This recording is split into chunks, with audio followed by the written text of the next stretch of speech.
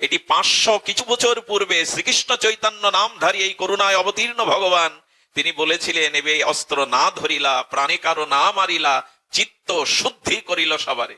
আজ বিশ্বের মানুষের প্রয়োজন কি? পারমাণবিক বোমার থেকে প্রয়োজন মানুষের মনটাকে শুদ্ধ করা, চিত্তটাকে পবিত্র করা। এই দিকেই মহাপ্রভু ধ্যান দিয়েছিলেন, না আমরা সেদিকে তাকাইনি। আজকে মার্ক্সবাদ, লেনিনবাদ পৃথিবীতে মুখ থুপড়ে পড়েছে, কিন্তু চৈতন্য মহাপ্রভুর প্রেম ধর্মের দিকে চেয়ে আছে বিশ্ব।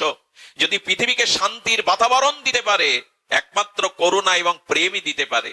এই জন্য কলিযুগে যারাই এসেছেন তারা ওইভাবে অস্ত্র ধারণ করেনি, না রামকৃষ্ণ না চৈতন্য মহাপ্রভু।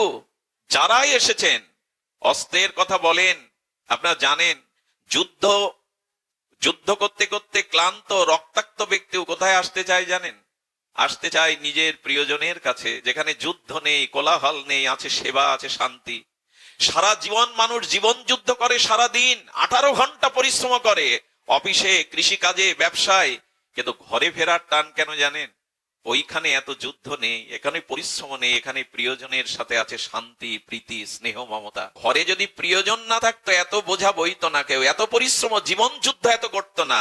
আমাদের মহাপ্রভু সেই বৃন্দাবনের ভজন দিতে এসেছিলেন, এটা প্রেমের ঘর। যুদ্ধ তো চলছে সংসারে, যুদ্ধ তো চলছে পরিবারে, সমাজে, রাষ্ট্রে, কিন্তু ভগবত ভজনই একমাত্র শ্রীধাম বৃন্দাবন, শ্রীধাম নিকুঞ্জ মন্দিরের এই সেবা, এই প্রেম, এই ভগবত ভজন, এটাই তোমার প্রেমের ঘর। এখানে তোমাকে আসতে হবে। সুধীজন, প্রাণ জোড়ায় কোথায়? প্রাণ জোড়াবার জায়গা কোথাও নাই। এই জন্য স্বামী বিবেকানন্দ তিনি বলেছেন, দেখো এই জীবন চলার পথে যদি কখনো শ্রান্ত ক্লান্ত হয়ে পড়ে, আজকে তো আমরা শ্রান্ত ক্লান্ত, চারিদিকে অন্ধকার, দুর্দশা, হতাশাগ্রস্ততা আমাদের পেয়ে বসেছে। তাই বললেন, সাধু সঙ্গ রূপ আছে পান্থ ধাম, শ্রান্ত হলে সেটা করিও বিশ্রাম। যদি ক্লান্ত হয়ে পড়ো, আর বোঝা না বইতে পারো, নির্মল কোন সাধু সঙ্গে বিশ্রাম নাও, হরি কথাতে বিশ্রাম নাও, এটাই তোমার প্রকৃত বিশ্রাম। প্রাণারাম, এটাই তোমার আনন্দের একমাত্র ধাম। মহাপ্রভু সেটাই বলতে চেয়েছিলেন, আগে মানুষের চিত্ত শুদ্ধ হোক। যতদিন চিত্ত শুদ্ধ না হবে ততদিন সেই মানুষ জগতের কল্যাণ কেন নিজের কল্যাণও করতে পারবে না। তাই এবে অস্ত্র না ধরিলা, প্রাণে কারো না মারিলা, চিত্ত শুদ্ধি করিল সবারে। রাম আদি অবতারে ক্রোধে নান অস্ত্র ধরে, অসুরের কলির সংহারে। কিন্তু এবার নিত্যানন্দ প্রভুর করুণা দেখুন, মহাপ্রভুর করুণা দেখুন। হেন পাপ নাই জগায় মাধায় করেনি, কিন্তু তার কাছে গিয়ে বললেন, আয় বুকে আয়, তোদের পাপ তাপ নেওয়ার জন্যই তো করুণায় অবতীর্ণ হয়েছি। আজকে এই দয়া শূন্য পৃথিবী, এই করুণা শূন্য পৃথিবী, আর শুধু প্রতিশোধ স্পৃহার পৃথিবী, পৃথিবীকে পুড়িয়ে দাবানলে দগ্ধীভূত করছে। কোথাও ক্ষমা নেই, কোথাও প্রেম নেই, কাউকে ক্ষমা করে বুকে টেনার মতো করুণা আজ বিশ্বের মানুষের অভাব। এই জন্য গৃহ, পরিবার, রাষ্ট্র, বিশ্ব জ্বলছে এই কারণে। ক্ষমা নেই, করুণা নেই, কৃপা নেই, আছে শুধু দৌড়দর্শন আর প্রতিশোধ স্পৃহা। প্রতিশোধ কখনো শান্তির হতে পারে না, এটাই মহাপ্রভু তার লীলা চরিত্রে দেখাতে এসেছিলেন। নিত্যানন্দ প্রভুকে খুব তাত্ত্বিক ব্যাখ্যা করেছেন আমাদের ভাগবত আচার্যগণ। এই বটবৃক্ষ হলো ভগবান শঙ্করের প্রতীক, আর অশ্বত্থ হলো ভগবান বিষ্ণুর প্রতীক। এই জন্য বৈদিক সনাতন ধর্মে এই অশ্বত্থ বটকে এত বহুমানন করা হয়েছে, তাদের অর্চন আরতি পূজা করা হয়েছে। আর এই বটবৃক্ষের আরেকটি তত্ত্ব হলো, ইনি বিশ্বাস রূপী। বটবৃক্ষ মানে বিশ্বাস। সুধীজন, পরীক্ষিত মহারাজ দেখাচ্ছেন যে সাধু সঙ্গে হরিকথা শ্রবণ করে দুর্লভ গোবিন্দ চরণে প্রেম ভক্তি নিজের আত্মকল্যাণ করার জন্য প্রথমে পেছনের মোহমায়াকে ত্যাগ করো, দ্বিতীয়ত সেই পবিত্র পরিবেশময় আর পবিত্র বাতাবরণে এসো, তৃতীয়ত তিনি বললেন বিশ্বাসের সহিত হরিকথা শ্রবণ করতে বসো, যে এই হরিকথায়, এই সাধু সঙ্গই আমাকে ভগবত চরণ পাইয়ে দেবে। বটবৃক্ষ মানে বিশ্বাস। আচ্ছা, পরীক্ষিত মহারাজ গঙ্গা তীরে বটবৃক্ষের তলে বসলেন, গুরুদেবকে আসন আগে দিয়ে নিজে বসলেন। আরেকটি হরিকথা হয়েছিল যাজ্ঞবল্ক্য ভরদ্বাজের প্রতি, এটিও অক্ষয় বটের তলে, এটাও বটবৃক্ষের তলে। আবার শ্রীগোবিন্দ মুরলীর ধ্বনি গোপনাঙ্গকে, আমাদের গোপীগণকে, ব্রজবাসী সুন্দরী ততিগণকে বটবৃক্ষের তলায় বংশীধ্বনিতে আহ্বান করেছিলেন শারদ পূর্ণিমায়, রাস রজনীতে। সব বট, এই জন্য ওই বটটার নাম হয় বংশী বট। গোবিন্দ যদি আম্রবৃক্ষের তলায় বসে বংশীধ্বনি করে গোপাঙ্গনাদের ডাকতেন, তাহলে ওটা হলো বংশী আম হতো, বংশী বট হতো না। আসলে এখানে আমার বলবার অভিপ্রায় হলো, বট বৃক্ষ মানে বিশ্বাস। এই যে ভগবানের নাম রূপ লীলা কথা সাধুমুখে শ্রবণ করছেন, এর প্রতি অটুট আস্থা, অটুট বিশ্বাসের যদি শ্রবণ করতে পারেন, তখনই এটা ক্রিয়া করে। আমাদের বিশ্বাসের অভাব, আস্থার অভাব, আছে তর্ক, আছে অনাস্থা। এই জন্য বিশ্বাসের ছায়াতলে যতদিন না আসতে পাচ্ছি, শুদ্ধতাকে যতদিন, শ্রদ্ধাকে নাবারণ করতে পাচ্ছি, ততদিন আমাদের অভিশাপ মুক্তি হবে না, কল্যাণ মুক্তি হবে না। এই জন্য পরীক্ষিত মহারাজ এর পরে আর কোনো কাজ করেননি। আপনার প্রয়োজন হৃদয়ের শুদ্ধতা, আপনার প্রয়োজন কি না বিশ্বাসের ছায়ায় বসা। এর পরের একটাও কাজ পরীক্ষিত মহারাজ করেননি। না সুখদেব ভগবানকে আহ্বান করেছেন, নিমন্ত্রণ করেছেন, তিনি আপনিতেই এসে গেছেন, কারণ আসন আগেই পাতা ছিল। যারা শ্রদ্ধার সহিত, বিশ্বাসের সহিত হৃদয়ে ভগবান সদ্গুরুদেবের জন্য আসন পেতে রাখে, সেই গুরুদেবকে, সেই অনাদিরাদি ভগবানকে নিমন্ত্রণ করতে হয় না। ওই শ্রদ্ধা বিশ্বাস আসনে তিনি নিজেই এসে বসেন, অন্য কারো প্রয়োজন হয় না। সুখদেব ভগবানকে নিমন্ত্রণ করতে হয়নি, উনি এসেই বসেছিলেন। এরপরে কি করেছিলেন? ওনার কোনো কাজ ছিল না, উনি উৎকর্ণ চিত্তে শ্রী গুরু বাক্য হরি কথা শ্রবণ করেছেন। আর 7 দিনেই তাঁর ব্রহ্মরন্ধ্র ফেটে সেই পরমাত্মার পরম স্বরূপ নিত্য ধামও প্রবেশ করেছিলেন এই পরীক্ষিত মহারাজ। আজ আমাদের সাধু সঙ্গ হচ্ছে, হরিকথা হচ্ছে, কিন্তু আস্থা কোথায়, বিশ্বাস কোথায়, শ্রদ্ধা কোথায়? শুনতে আসা নয়। কপিলেশ্বরী মন্দিরে এসেছি বহু দূর দূরান্ত থেকে, লোকারণ্য হয়েছে, এটা বিষয় নয়। বিষয় এই কথার প্রতি আমার পরিপূর্ণ বিশ্বাস, শ্রদ্ধা উপজয় হলো কিনা, আর সেই শ্রদ্ধা বিশ্বাসে আমি হৃদয়ে কথা নিতে পারলাম কিনা। যদি পারি তো এর থেকেই আমাদের পারমার্থিক কল্যাণ, জীবনের আত্মকল্যাণ সম্ভব হবে। সুধীবৃন্দ, তাই জীবনে ভগবান ছাড়া কারো প্রতি খুব বেশি মোহ আসক্তি যদি রাখেন, ওইখানেই ভজন পথ, মুক্তির পথ, আত্মকল্যাণের পথ, প্রেম ভক্তির পথ আটকে যাবে। পথে বারবার আমরা বাধা পড়ি। এই জীবন সংসার পথে বারবার কে আমাদের মোহগ্রস্ত করে পিছনে টেনে ধরে। ওরা কেবল কথার পাকে নিত্য আমায় বেঁধে রাখে, তোমার বাঁশির ডাকে সকল বাঁধন খোলাও খোলাও খোলাও। কবিগুরু বললেন, ওরা মোহগ্রস্ত হয়ে আমাকে পিছনে টান দিয়ে বেঁধে রাখে, তোমার কাছে যেতে দেয় না। হে বিশ্বেশ্বর, হে করুণা ঘন নিধি, হে করুণাময়, তুমি তোমার বংশীধ্বনিতে আমাকে সংসারের মোহবাদন ছেড়ে তোমার চরণে নিয়ে এসো। তোমার বাঁশির ডাকে সকল বাঁধন খোলাও খোলাও খোলাও। সুধীবৃন্দ, এই জন্য আজি প্রণমী তোমায়, চলিব নাথ সংসার পথে। তোমাকে প্রণাম করে, তোমাকে সর্বস্ব দিয়ে সংসার পথে চলবো, তবে জানবো এই পথে তুমি আমার সাথী। এই জন্য এই শ্লোকে বলেছেন যে হিতকারী বন্ধু যদি কেউ থাকে তো তিনি সদ্গুরুদেব এবং ভগবান। সজ্জন বলে যদি কেউ এই জগতে থাকে, তিনি একমাত্র ভগবান এবং সদ্গুরুদেব। এছাড়া তোমার এই বিশ্ব মাঝে প্রকৃত সজ্জন, প্রকৃত নিজজন, প্রকৃত ভক্তবৎসল কেহ নাই। আর এ পথে এলে আপনাকে একটি জিনিস গ্রহণ করতে হবে, সেটি মন দেওয়ার জন্য, ধ্যান দেওয়ার জন্য বিশেষ অনুরোধ করছি। ভগবান ন্যায়পরায়ণ, যে যা কর্ম করে সেই অনুযায়ী তাকে ফল প্রদান করেন, এই জন্য ভগবান ন্যায়ের প্রতীক। কিন্তু ভগবানের আরেকটি নাম আছে, শুধু ন্যায়ের প্রতীক না, তিনি দ্রবভীত করুণাময়। আচ্ছা, ন্যায় এবং করুণা, এর মধ্যে আমরা কোন ভগবানকে বেছে নেব? যেমন কর্ম করছি তেমন ফল ভগবানই অর্পণ করবেন, এর নাম ন্যায়। তো যদি ভগবানকে ন্যায় রূপে দেখি, তাহলে আমাদের পাপ পুণ্য কর্ম অনন্ত জন্মে শেষও হবে না, ভগবত ধামে এই জন্ম মৃত্যু অভিশাপ মুক্তি যেতেও পারবো না। কারণ যে অনন্ত জন্মে আমি পাপ করেছি তার ক্ষয় করতে কত কোটি কল্প লেগে যাবে, যে পুণ্য করেছি তা ভোগ করতেও কোটি কল্প লেগে যাবে। এই পাপ পুণ্যর চক্রের মধ্যে আমার কল্যাণ মুক্তি কোনোদিন হবে না। তাই ভাগবত বলছেন, আচার্য বললেন, ভগবানকে শুধু ন্যায়পরায়ণ না মনে করে তিনি ভক্ত বৎসল করুণাময় মনে করো। করুণাময় মনে করলে তিনি কৃপা করবেন। শব্দটা বুঝতে হবে, হরিধ্বনি উলোধ্বনি না, শব্দটা ধ্যান দিন। ভগবান শুধু ন্যায় বৎসল নয়, করুণাময় ভগবান।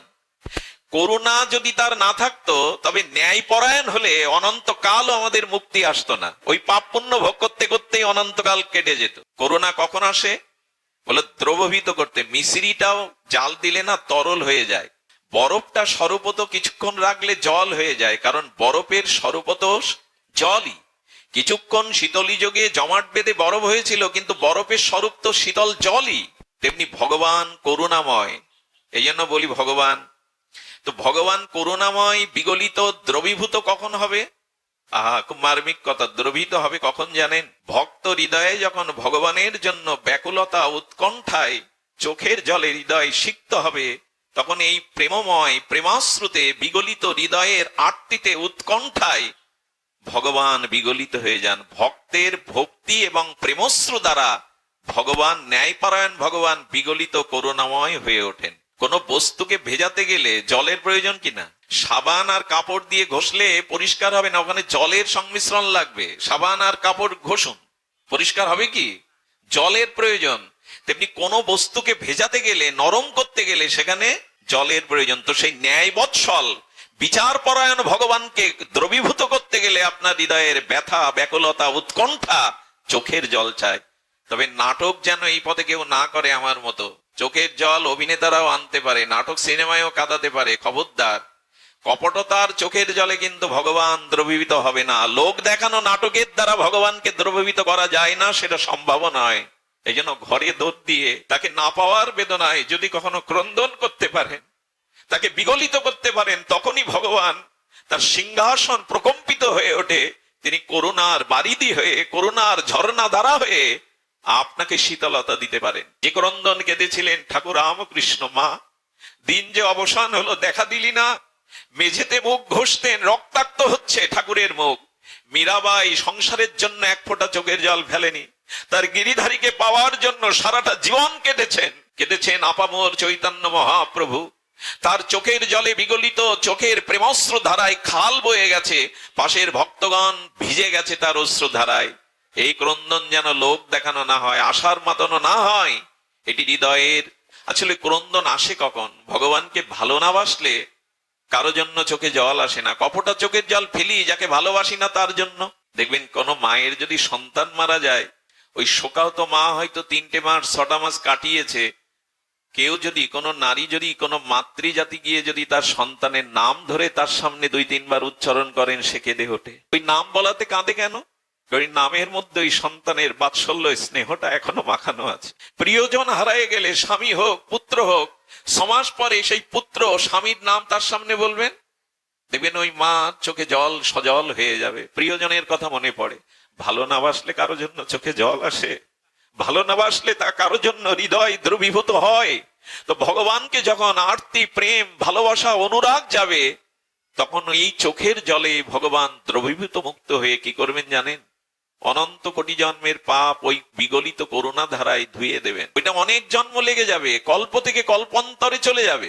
আইসিইউতে ভর্তি, তিনি সংকটাপন্ন অবস্থা, একটা ছোট্ট বাচ্চা ছেলেকে রেখে চলে আসা, এখনই দৌড়াতে হবে। যদি বলেন এই কথা আমাদের সাথে বলছো কেন? বলছে এই কারণে আমি উপলব্ধি করছিলাম ব্যথা নেওয়ার সংসারে ভগবান ছাড়া কেউ নেই। ওনাকে যখন যন্ত্রণা কাতর হতে দেখি, আচ্ছা বলতে পারেন সারা জীবন আমরা যে অর্থ বিত্ত সংসার গড়লাম, এটা এক সময় কাজে লাগবে না, ইহ জগতেই কাজে লাগবে না। তার একটা দৃষ্টান্ত শুনুন, আমি উপলব্ধি করেছি তাই আমি বলছি।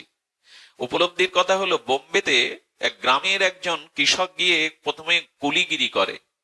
এই কুলিগিরি করতে গিয়ে বোম্বের কুলিদের সর্দার হন, আর সর্দার হওয়ার পরে, বহু ইউনিয়নের নেতা হওয়ার পরে ধীরে ধীরে তার অর্থ, ধীরে ধীরে তার প্রাচুর্য বাড়তে থাকে।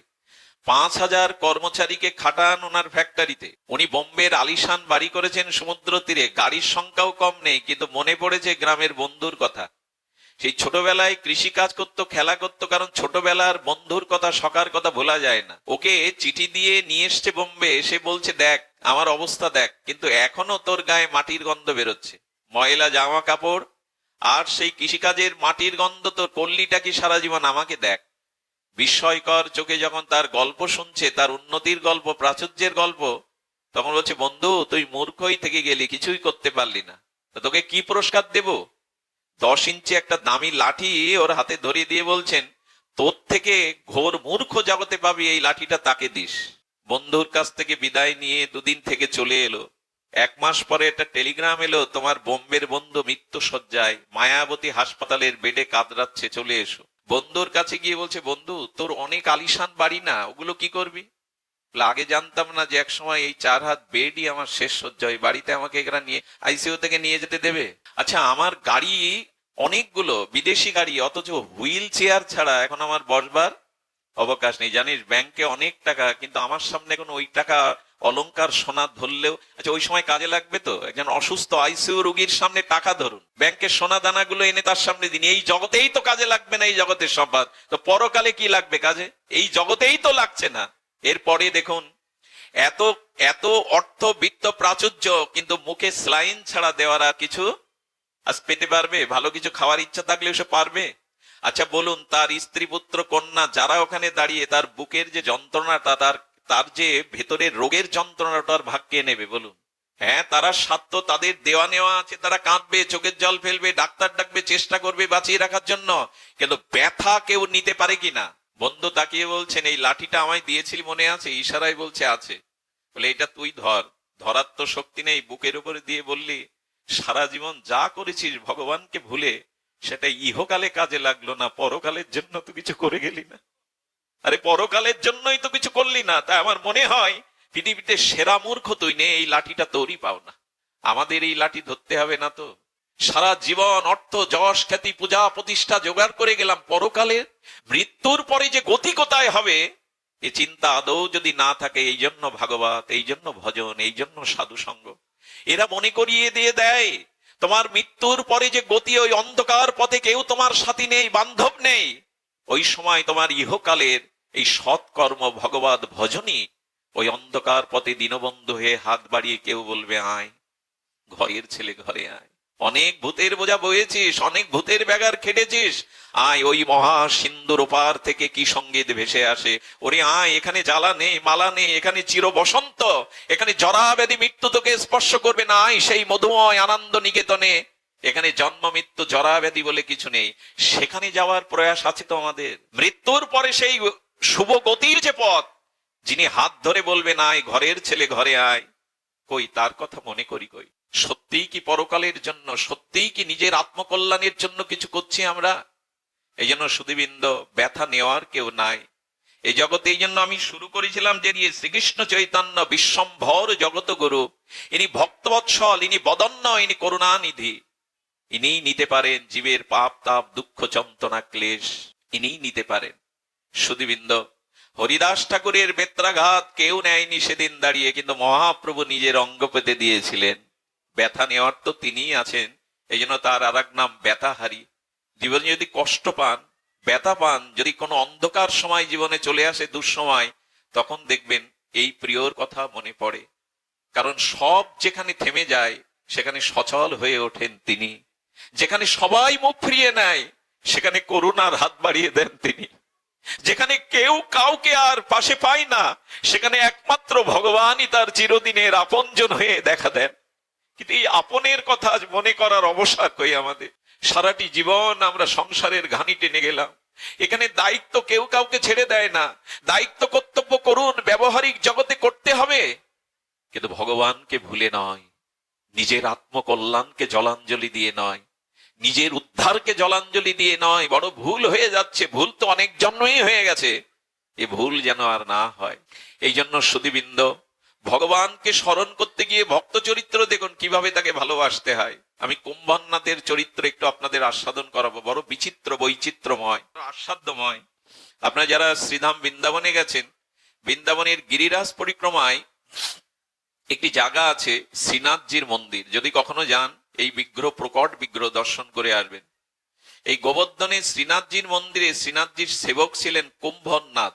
কুম্ভনজি বলে তাকে ভক্তমাল চরিত্রে অভিহিত করা হয়েছে। এই কুম্ভনজি ছিলেন অনেক দরিদ্র, হত দরিদ্র বললে ভুল হয় না, কিন্তু ভালোবাসতেন ভগবানকে। শ্রীনাথজিকে সঙ্গীত শোনাতেন আর তাকে সেবা করতেন। এই কুম্ভনাথ সংসারী আমাদের মতো, 7-7টা সন্তান, তার অভাব যায় না। এই অভাবের মধ্যে পড়েই ভজন করেন আর সর্বদা তাকে আহ্বান করেন। একদিন কি হয়েছে শুনুন। একদিন সাক্ষাৎ শ্রীনাথজি গোপাল বেশে আর কুম্ভনাথের কোলে বসে দুজনে বাক্যালাপ করছে। ভগবান কোলে বসে, বলো ভক্তের কোলে বসবার তার ব্যাকুলতা বেশি। এই পরিসরে একটা কথা বলি, মহানামজির কথা, আপনি ভগবানকে যতটা না খুঁজে বেড়ান তার কোটিগুণ ভগবান আপনাকে খুঁজে বেড়ায়। আমি ভগবানকে খুঁজতে বৈকুণ্ঠে উচ্চলোকে যাইনি, ভগবানই নেমে এসেছেন আমাকে খুঁজবার জন্য। তার অবতার মানে কি? অপ্রপঞ্চ থেকে প্রপঞ্চে অবতরণ করার নামই বলে অবতার। অপ্রপঞ্চে থেকে প্রপঞ্চে যিনি নেমে আসেন তাকেই বলে অবতার। ভগবান নেমেছেন না আমি ভগবানের কাছে গেছি? দায়টা কার বেশি? এই মেলার মধ্যে সন্তান হারিয়ে গেলে সন্তান মাকে বেশি খোঁজে, না মা বেশি ব্যাকুল হয়ে সন্তানকে খোঁজে? আর এই সন্তানকে কোলে নিয়ে খাবার কিনে নিলে সে ঘুমিয়ে পড়ে, মায়ের চোখে ঘুম আসবে সন্তানকে না পর্যন্ত? এই জন্য তুমি তাকে কতটা খুঁজছো চেয়ে দেখো, তোমায় খুঁজছে সে দাঁড়ে দাঁড়ে। তুমি তার জন্য কটফোটা চোখের জল ফেলেছো, ওই দেখো তোমার জন্য তিনি কাঁদছেন। এই জন্য দরদটা তার বেশি। আমরা তার অংশ, আমরা তার পুত্র, অমৃতস্য পুত্র মাময়ী বাংশ জীবলোক জীবভূতা সনাতন। আমি তো তার অংশ, এই জন্য তার দরদটা আমার প্রতি অনেক বেশি, অনেক বেশি। করুণা ভগবানের কেমন জানেন? এক পিতামাতাকে অত্যাচার করে মেরে ধরে ড্রাগ নিত একটা সন্তান, হেন অপরাধ নেই, সামাজিক অপরাধ করেনি। শেষে একদিন পিতামাতাকে প্রহার করে তাদের সর্বস্ব নিয়ে চলে গিয়েছিল। কিন্তু যখন সব হারালো, রোগ সংকুল দেহে আর কোনো আশ্রয় নেই, তখন চিন্তা করলো মা বাবা কি এখনো আমাকে গেলে গ্রহণ করবে, আমাকে ক্ষমা করে আশ্রয় দেবে? ঘিরিয়ে এলো কম্পিত বক্ষে, অপরাধীর ন্যায় মাথা নিচু করে। এসে রাত্রে কি দেখছে জানেন? ঘরে প্রদীপ জ্বালানো, আর দরজাটা ভেতর থেকে দেওয়া না, দরজাটা একটু উন্মুক্ত করা।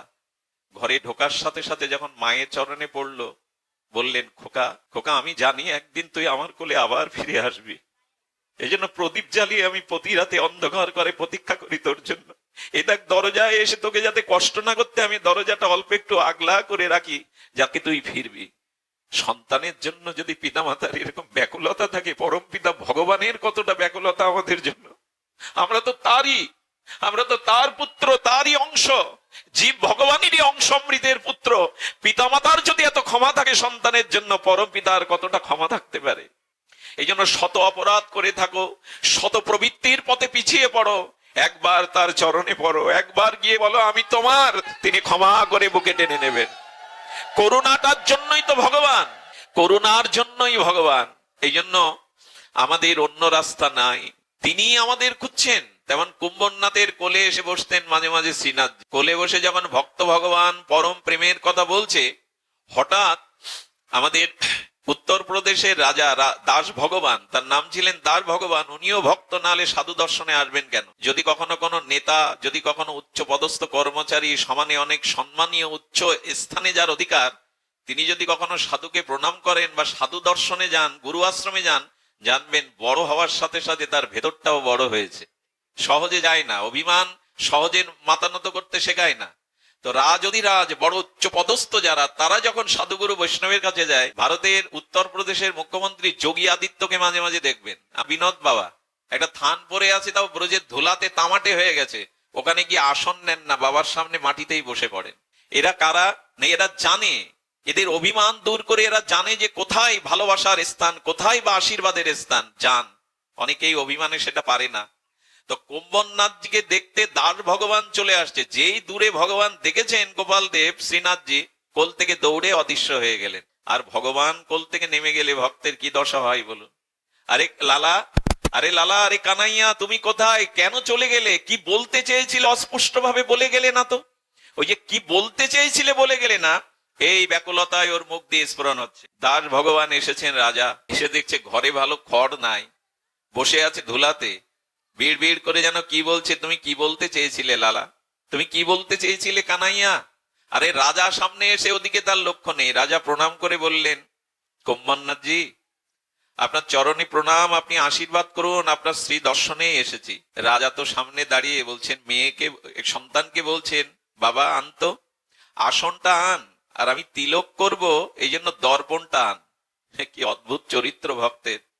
মেয়েটা ঘর থেকে বলছে, বাবা আসন, ওদের দেশে মেষ বলে, মেষ খা গিয়া, অর্থাৎ মেষ আসন খেয়ে গেছে।